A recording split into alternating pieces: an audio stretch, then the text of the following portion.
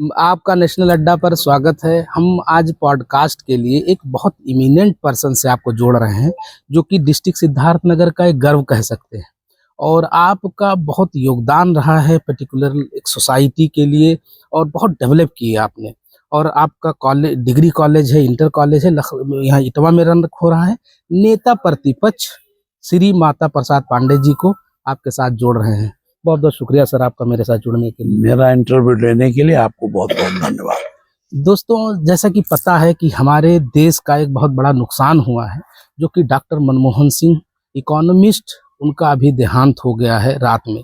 तो हम लोगों के लिए एक शोक का विषय है, लेकिन हम उन्हीं की जो डेवलप किए हुई चीज़ों पर ही बात करेंगे। सर, हम सबसे पहले आते हैं जो एलपीजी रिफॉर्म हुआ, या जो 1991 में एलपीजी रिफॉर्म लाए, तो उसका क्या इम्पैक्ट पड़ा सर? देखिए, मनमोहन सिंह जी अर्थशास्त्री थे और वो हमारे देश के योजना आयोग के उपाध्यक्ष भी रह चुके हैं वित्त मंत्री होने के पहले, और बहुत सारे उसमें जो वर्ल्ड बैंक में भी रह चुके हैं वो। तो उनको वित्तीय मामलों का बहुत अच्छा ज्ञान था और उन्हें एशिया का सबसे अच्छा वित्त मंत्री भी माना गया था। आज वो हमारे बीच में नहीं है। हम लोग शोक संतप्त हैं, शोक से डूबे हुए हैं। उन्होंने सबसे बड़ा काम किया।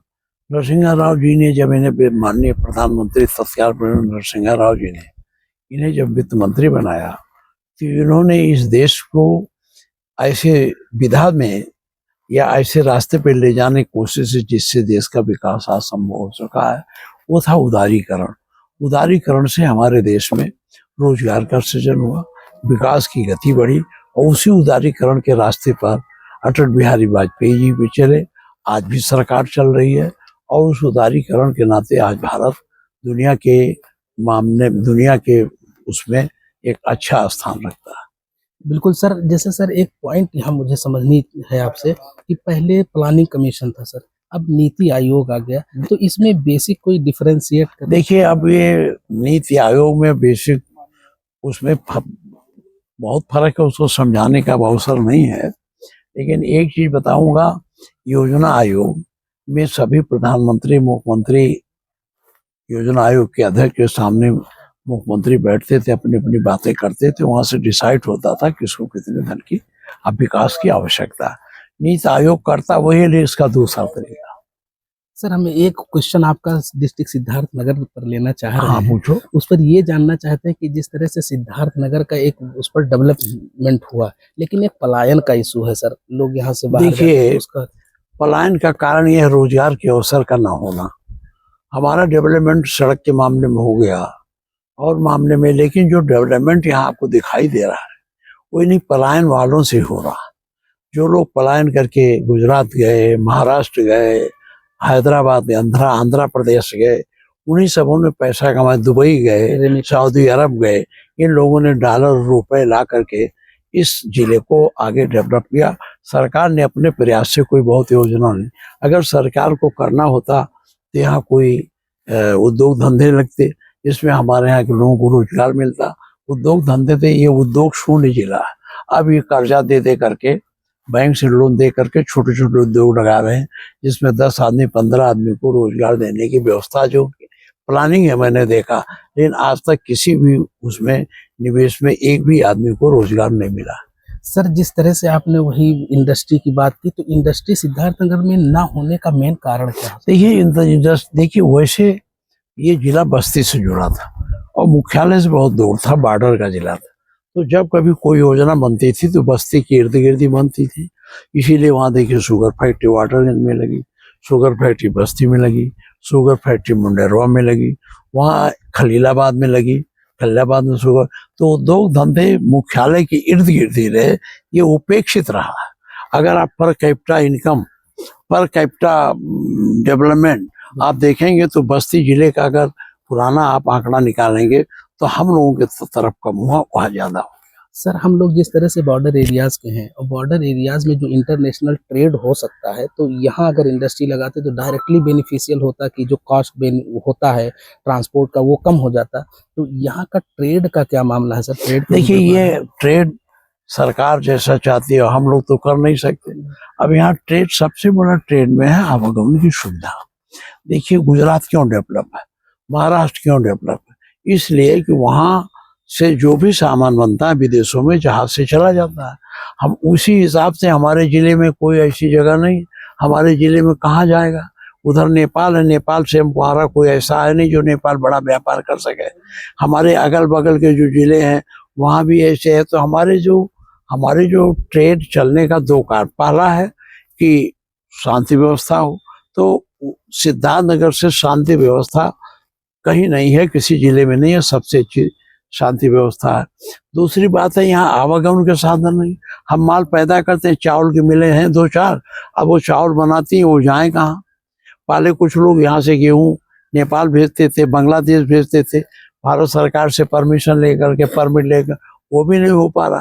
तो ट्रेड को जितना बढ़ाना चाहिए, सरकार जब उपयोगी ढंग से उसका प्रयास करेगी तभी होगा। जैसे हरियाणा में ट्रेड के लिए जैसे गेहूं खरीदारी है, वो गेहूं में जो MSP है, मिनिमम सपोर्ट फोर्स है, उससे ज्यादा वो अपने खजाने से भी दे रहे हैं, तो उनका ट्रेड चल गया, हमारे यहाँ नहीं चल पा रहा है। सर इस टाइम में एक अपने रीजन में एक इशू हो जाता है कि जो गल्ला खरीदारी है उसमें भी बहुत परेशान किसान हो जाते हैं। देखिए ये गल्ला खरीदारी MSP जब तक सरकारी कानून से नहीं, अनिवार्य रूप से कानून बना के नहीं लागू की जाएगी, तब तक MSP का कोई मतलब नहीं है। अब MSP में उनको बहाना मिल जाता है। अब देखिए MSP में वो जितना किसान से नहीं खरीदते, यही व्यापारी जो कम मूल्य में खरीदते हैं 1900 सीधे लेके कमीशन भेज देते हैं। अच्छा, जब MSP का वो हो जाएगा कि कहीं भी इससे कम नहीं बिकेगा, तो व्यापारी अब मजबूरन उतना लेने लगेगा, तो उनको लाभ मिलेगा। सर जितना मैं एज ए एजुकेटर, मैंने आपको जितना पढ़ा और समझा, जो एक विश्वविद्यालय बना सिद्धार्थनगर में, वाकई काबिले तारीफ है। लेकिन सर क्या आप उस तरह से देख रहे हैं कि अभी जो सिद्धार्थनगर की टेक्नोलॉजी के दौर में जो इस बच्चों को जाना चाहिए वो जा पा रहे हैं? देखिए हमारे सिद्धार्थनगर के लड़के, हमने जो सर्वे किया है, बहुत लड़के टेक्नोलॉजी में BEd वो कर रहे हैं, BE कर रहे हैं, इंजीनियरिंग कर रहे हैं, वैज्ञानिक बन रहे हैं, लेकिन वो अभी उतने स्तर पर नहीं है और इनका प्रचार प्रसार नहीं हुआ। हमारे यहाँ बहुत अच्छे बुद्धिजीवी हैं, जर्मनी में भी हैं, हमने देखा है, जर्मनी में भी हैं, अमेरिका में भी हैं, चारों तरफ है। अभी अमेरिका में डॉक्टर हैं और जर्मनी में भी हैं। अभी उनका जमीन का झगड़ा था नवगढ़ का, तो हमारे पास उनके जो जमीन खरीदते थे वो लोग आए, तो मैंने कहा जमीन किससे लिया, तो बताया साहब वो ये नवगढ़ के रहने वाले थे, अमेरिका में डॉक्टर हैं, वहाँ के ग्रीन कार्ड होल्डर हैं। तो ऐसा नहीं है, यहाँ के लोग हैं कुछ बाहर, और जो कुछ हैं कुछ वैज्ञानिक हैं, कुछ डॉक्टर हैं, और सबसे अधिक लोग विदेशों में हमारे यहाँ छोटे छोटे टेक्नोलॉजी में काम करते हैं। वो लेबर का काम, जैसे दुबई में मैं गया था, तो दुबई में देखा ट्रक पर भर के हमारे यहाँ लोग जा रहे थे मिट्टी खोदने। तो सभी प्रकार का काम करके वहां से पैसा लाते हैं। तो ट्रेड का तो नहीं है, लेकिन बाहर का पैसा हमारे जिले में इकोनॉमी को बढ़ाता है। सर इसी पे एक और क्वेश्चन होगा, जैसे सिद्धार्थ यूनिवर्सिटी है, क्या उसमें टेक्नोलॉजी के कोर्सेज अगर नहीं, देखिए आप वो कोर्सेज लाने का काम सरकार का था, हमारा काम था हमने यूनिवर्सिटी बना दी। अब यूनिवर्सिटी बन गई, जब हम अपनी सरकार बनाएंगे तो उसमें और अच्छी से अच्छी चीजें लाएंगे। दोस्तों विपक्ष माता प्रसाद पांडे जी, जो कि आपके सामने हम पहले ही व्यक्त कर चुके हैं कि आज प्रधानमंत्री जी का जो निधन हो गया है, पूर्व प्रधानमंत्री जी का, तो हम केवल रिलेवेंट चीज़ों पर आपके सामने रूबरू किए थे। फिर मौका मिलेगा तो सर को हम बहुत सारे डिटेल्स के साथ मिलेंगे। Thank you very much.